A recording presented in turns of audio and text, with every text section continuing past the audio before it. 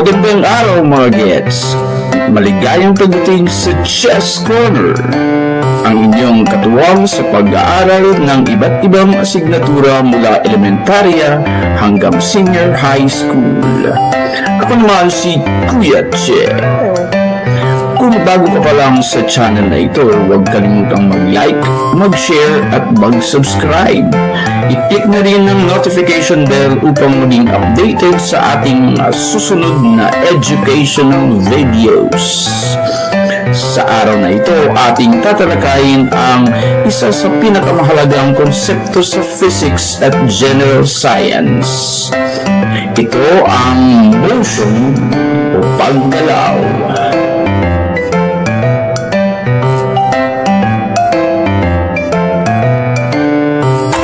Napansin mo ba kung paano gumalaw ang mga sasakyan sa kalsada?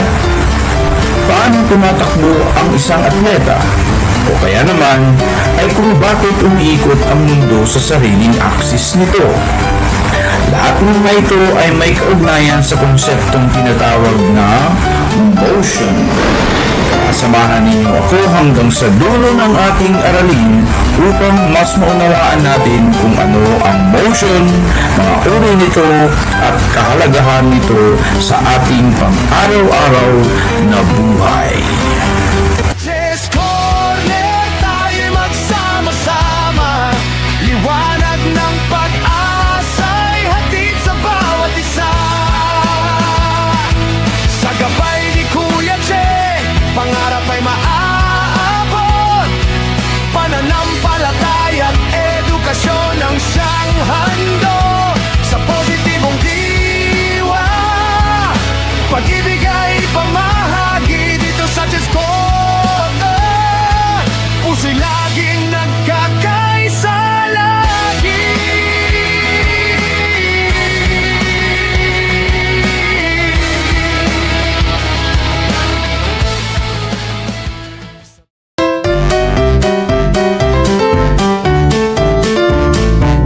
Bago po tayo magpatuloy sa ating main lesson, alamin muna natin ang mga layunin sa pagkatuto or objectives. Pangkalahatang layunin o general objectives. Sa pagkatapos ng araling ito, ang mga mag-aaral ay inaasahang magkakaroon ng sapat na kaalaman at pag-unawa tungkol sa konsepto ng motion o paggalaw at ang kahalagahan nito sa pang-araw-araw na buhay. Tiyak na layunin o specific objectives. Pagkatapos ng araling ito, ang mga mag-aaral ay inaasahang number 1, mabibigyang kahulugan ang motion o paggalaw.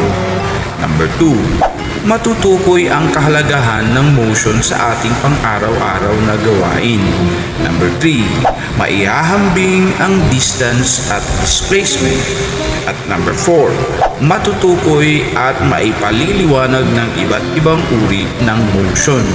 Number 5, maipaliliwanag ang mga pagkakaiba ng speed at velocity. At number 6, maiuugnay ang konsepto ng motion sa mga sitwasyon sa tunay na buhay.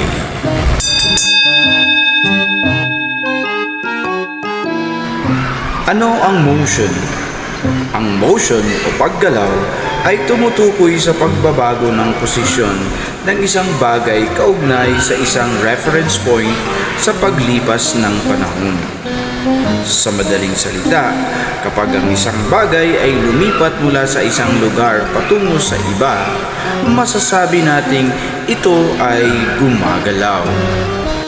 Halimbawa, estudyanteng naglalakad papuntang paaralan, o sasakyang bumabiyahe sa kalsada, o ibon na lumilipad sa himpapawid, o isang barkong naglalayag sa dagat. Ang lahat ng ito ay nagpapakita ng motion dahil sa nagkakaroon ng pagbabago sa kanilang lokasyon. Kahalagahan ng motion. Napakahalaga ng motion sa ating buhay. Kung walang motion, hindi makakabiyahe ang mga sasakyan, hindi makakapaglaro ang mga atleta, o di kaya hindi gagana ang mga makina. Hindi rin gagana o makakaikot ang mundo at iba pang planeta. Dahil sa pag-aaral ng motion, nagagawa ng mga siyentipiko o inhinyero na makabuo ng mas ligtas at mabilis na mga sasakyan, eroplano at iba pang makabagong teknolohiya. Ano ang reference point? Bago natin masabing gumagalaw ang isang bagay, kailangan muna natin magkaroon ng reference point. Ang reference point ay isang bagay o lugar na ginagamit bilang batayan upang malaman kung may pagbabago sa posisyon ng isang bagay. Halimbawa, kung ikaw ay nakaupo sa loob ng silid-aralan, tila hindi ka gumagalaw kung ihahambing sa iyong upuan. Ngunit kung ikukumpara ka sa isang kaklaseng naglalakad, makikita na may pagkakaiba sa inyong galaw. Ang upuan ang nagsisilbing reference point o kung saan ka nagsimulang gumalaw. Ang distance. Ang distance ay ang kabuuang haba ng dinaanang landas ng isang bagay. Halimbawa, naglakad ka ng 5 meters pasulong at pagkatapos ay naglakad ka 5 meters pabalik. Ibig sabihin, distance is equals to 5 meters plus 5 meters. Ang kabuuan ay distance is equals to 10 meters. Kahit saan ka mang direksyon lumakad, ang tawag sa distance na ito ay scalar quantity. Ano ang displacement? Ang displacement ay isang pinakamaikling tuwid na distansya mula sa panimulang posisyon hanggang sa huling posisyon ng isang bagay kasama ang direksyon nito. Sa ating halimbawa, naglakad ka ng 5 meters pasulong at 5 meters pabalik sa pinanggalingan. Ang displacement mo ay 0 meter sapagkat bumalik ka rin sa iyong pinamulang lugar. Ang displacement ay isang vector quantity dahil may kasamang direksyon. Pagkakaiba ng distance at displacement. Ang distance ay may kabuuang haba ng dinaanan. Walang direksyon ito o scalar quantity. Ang displacement naman ay pinakamaikling distansya mula simula hanggang dulo at may direksyon o tinatawag nating vector quantity. Mga uri ng motion. Number 1, linear motion. Ito ay paggalaw sa isang tuwid na linya. Halimbawa, tren sa riles, tumatakbong atleta, o elevator na umaakyat at bumababa. Number 2, circular motion. Ito ay paggalaw sa paikot na landas. Halimbawa, Ferris wheel, umiikot na electric fan, o kamay ng orasan. Number 3, rotational motion. Ito ay pag-ikot ng isang bagay sa sarili nitong axis. Halimbawa, mundo o earth, gulong ng bisikleta, at trumpo. At number 4, oscillatory motion. Ito ay paulit-ulit na paggalaw pabalik-balik. Halimbawa, swing sa palaruan, pendulum ng orasan, o nanginginig na kwerdas ng gitara.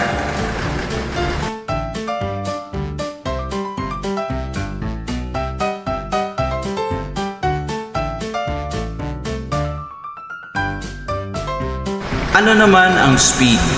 Ang speed ay tumutukoy sa bilis ng paggalaw ng isang bagay. Ito ay ang distance na nalalakbay sa loob ng isang takdang oras. Ito ay may formula. At ang formula nito ay speed is equals to distance over time.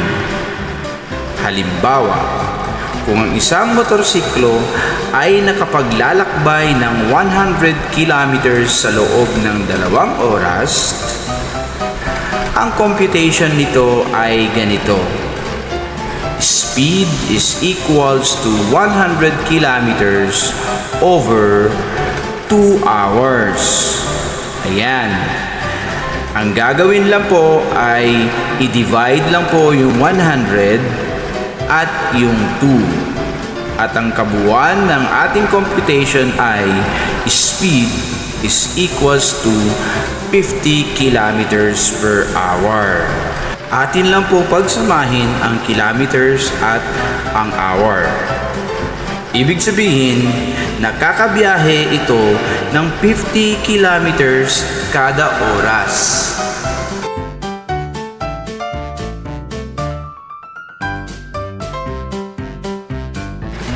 Ano ang velocity?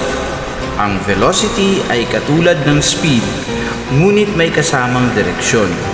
Halimbawa, ang speed ay 60 km per hour. Ang velocity ay 60 km per hour pahilaga.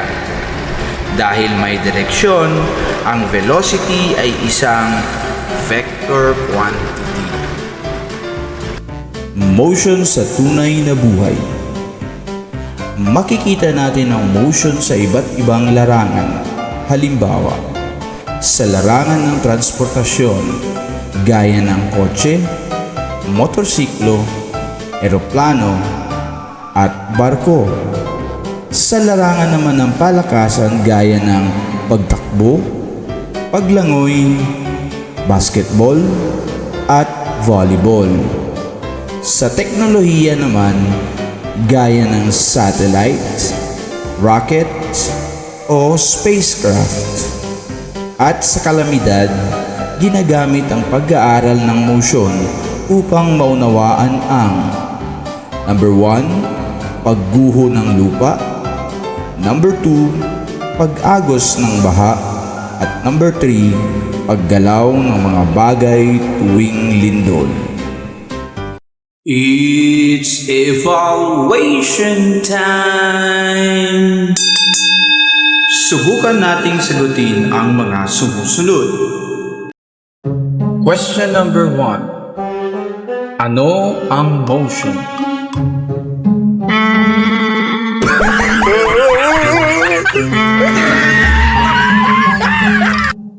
Ang motion ay ang pagbabago ng posisyon sa isang bagay kaugnay ng isang reference point sa paglipas ng panahon.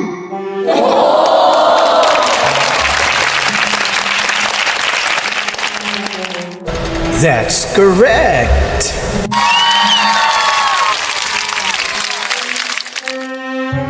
Question number 2. Ano ang pagkakaiba ng distance at displacement?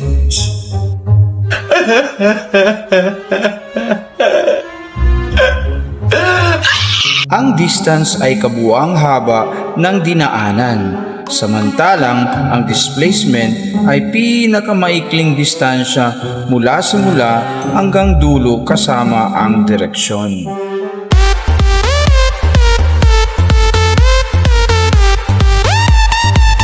Oops! Di pa tapos mga gets! Meron pa! Last na to.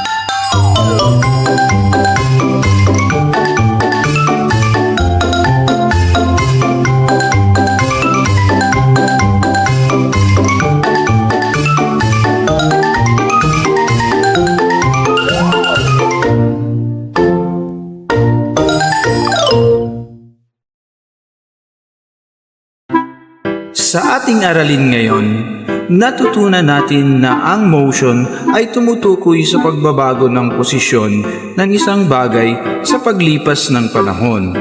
Napag-aralan din natin ang kahulugan ng motion, reference point, distance at displacement, mga uri ng motion, speed at velocity, at kahalagahan ng motion sa ating buhay. Ang motion ay bahagi ng ating pang-araw-araw na pamumuhay at mahalaga sa pagunlad ng agham, teknolohiya at lipunan. At diyan nagtatapos ang ating aralin para sa araw na ito. Maraming salamat sa inyong panonood. Kung may natutunan kayo sa ating talakayan, huwag kalimutang i-like ang video na ito, i-share sa inyong mga kaklase at kaibigan, mag-subscribe sa Chess Corner at i-click ang notification bell para sa mas marami pang educational videos. Muli, ako si Kuya Che na nagsasabing ang edukasyon ay susi sa tagumpay, kaya patuloy tayong matuto at mangarap. Hanggang sa muli, bye-bye!